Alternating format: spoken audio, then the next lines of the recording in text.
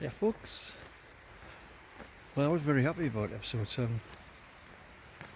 The video didn't come out well, so I've done something about it. Hopefully, changed cameras,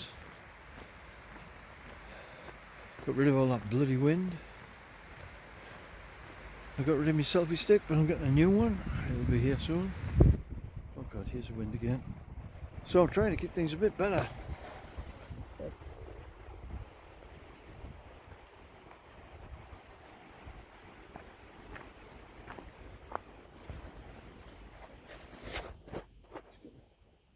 There you see. I'll get my selfie stick working, and then that will really help. Till then, soldier on with this machine. Day 8 began on the roads. Belvedere campsite, narrow roads, proper true Cornish roads. Hedges up both sides, no paths, nothing. Absolute nightmare.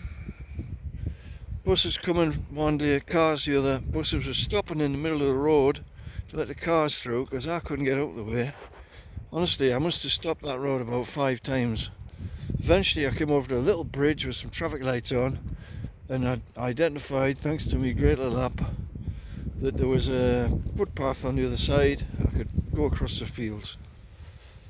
Saved us a lot, and I was really chuffed with my navigation as well, because new camera rambles.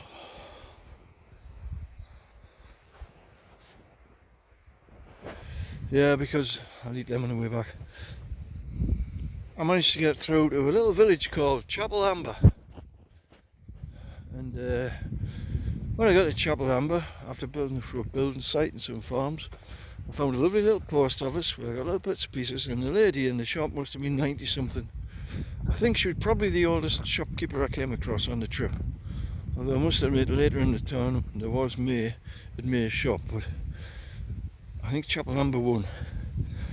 She stamped me thing for us, and she was really nice. And then the bloke outside gave us some directions to save us a little hassle with using my map.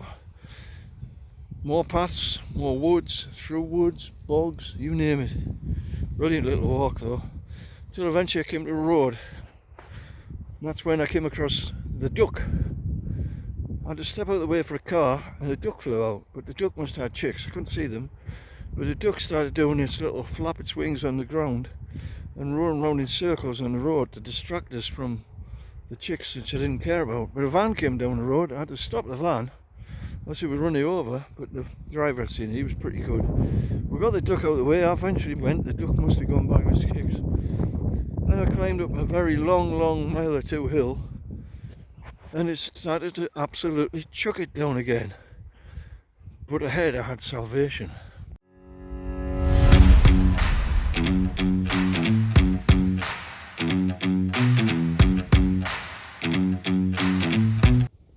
Salvation was St. Enderlin's Church. Is a car coming? Yeah. Get away.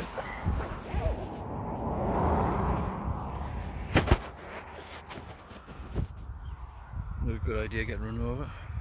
Yeah, St. Enderlin's Church. It was pissing down again. So not for the first time, but not the last, I went into the church. In the church there was coffee, there was biscuits, there was a place to charge my phone. It was great. I put a little donation in, I filled the book in, put name and address, mentioned stand-up and everything else. Then rode the storm out a bit, checked my map. I was near to Port Isaac. Lovely, like, you know. The rain eventually kind of stopped, met some people outside, walked down out of there and down a road, turned right, thought this can't be right, but it was a farm. Down to a farm, there was a campsite at the farm, but I thought I haven't gone far enough by any means. Wind's dropped. So down I goes, turns right, down at the farm, pretty big, hefty guy on the tractor down there. I'm thinking, oh god, I'm going to get bollocked here for walking through here, but no, he was brilliant. He told us exactly how to use the path to get down to Port Isaac.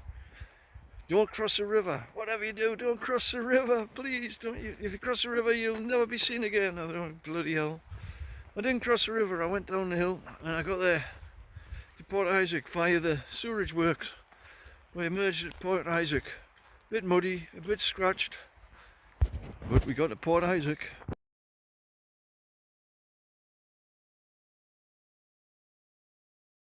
The reason why, another reason why I did 6 and 7 videos are pretty patched up pictures as well, due to the fact that I didn't really take many photographs because basically I was knackered. I was going up and down them hills and it was really hard going. I made a decision, I thought, you know, stuff the camera and that, let's just make sure we get there. The number one priority is me to get to oGroats, nothing else.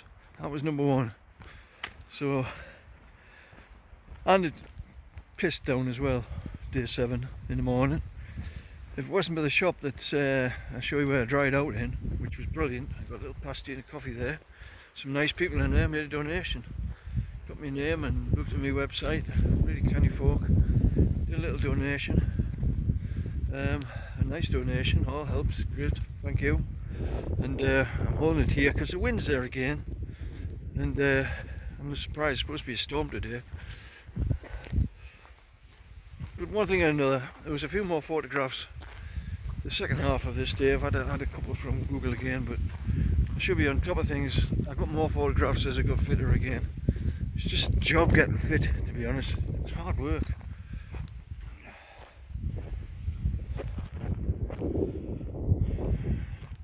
Never let me say that it's an easy job, just wandering up to oGroats. It's not. It takes a bit of doing at times. I'm going to make a few sacrifices. I'm holding this close up, sorry, but it's bloody wind.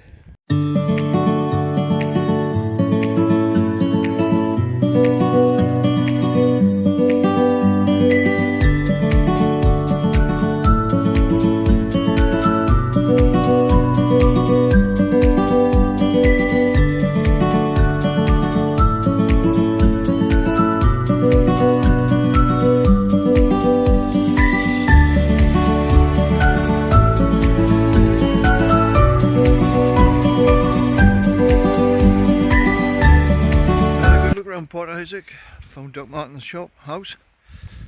I saw it from a distance and bought a pasty, but this one, Blue Stilton pasty. It was delicious. Sat down on a little bench, put my bag and everything down, watched the people go by, ate my pasty, had a coffee with it. Got some extremely strange looks from a guy who thought I was going to feed his dog with it, but I don't feed dogs without asking.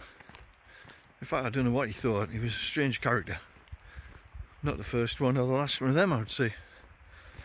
But then it was a case of up out of Port Isaac, up onto the hill, little cafe up the top, went in there, got some water outside, because the water tap was outside. Little posh little tap it was. Another coffee, because I didn't really have a proper coffee when I got the pasty.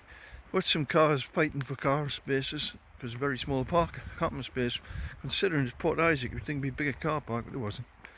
And then it was a case of walk for bloody miles again on your way. It was a long walk. The second day running, I must have covered a lot of miles in the last 2 days. Tintagel was going to, there was a church there. I'd be able to see this church for a day and a half. It was miles away in the distance and it never seemed to get any closer. But I kept on walking, I kept on walking. Thought today I'm going to get there. And after a lot more hills, ups and downs and everything else, the aim was to go at the youth hostel there, which I really needed after a cold, wet day again, tired. Needed to get some comfort, some wash and tidy up. Big snag, gets the youth hostel, closed for a private function. Oh, you bastards. Pardon my French. So what I do, I couldn't do much really. I decided just to camp near the church. Hard ground, rough ground, funny stone walls. Really on the path, the southwest coast path. Not supposed to camp there. Well, bollocks, there's nothing I can do. I camped there. It was 7:15 at night. It had been a hell of a long day. So, the village was across about half a mile, maybe more. Down to a huge dip, up another great big hill, gets everywhere shut except the chip shop, which I'd looked on Google. I thought, well, I missed it by 10 minutes, surely if I'm lucky I might get some. The door was still open. I went in, we're shut. I says, mate, I've walked nearly 18 miles. I'm hungry. You've got chips and things, how are you? Oh, maybe I'll give you some chips. And a couple of sausages. Might give you some sausages. No, I didn't give us some. I had to pay for them. But you take it. 2 sausages, some chips.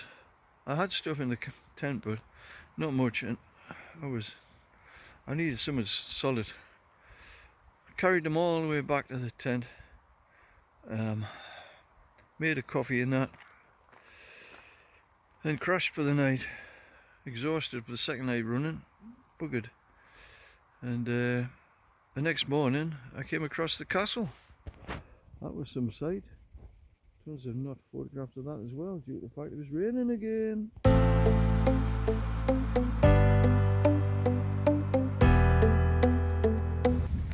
Anyway, after Tintego, the next big thing was in sight. Bude. And with Bude it meant Devon. And by God, I wanted to get to Devon. I needed to get out of Cornwall. It was my first big thing, get out of Cornwall. So day 9, the aim was to get out of Cornwall.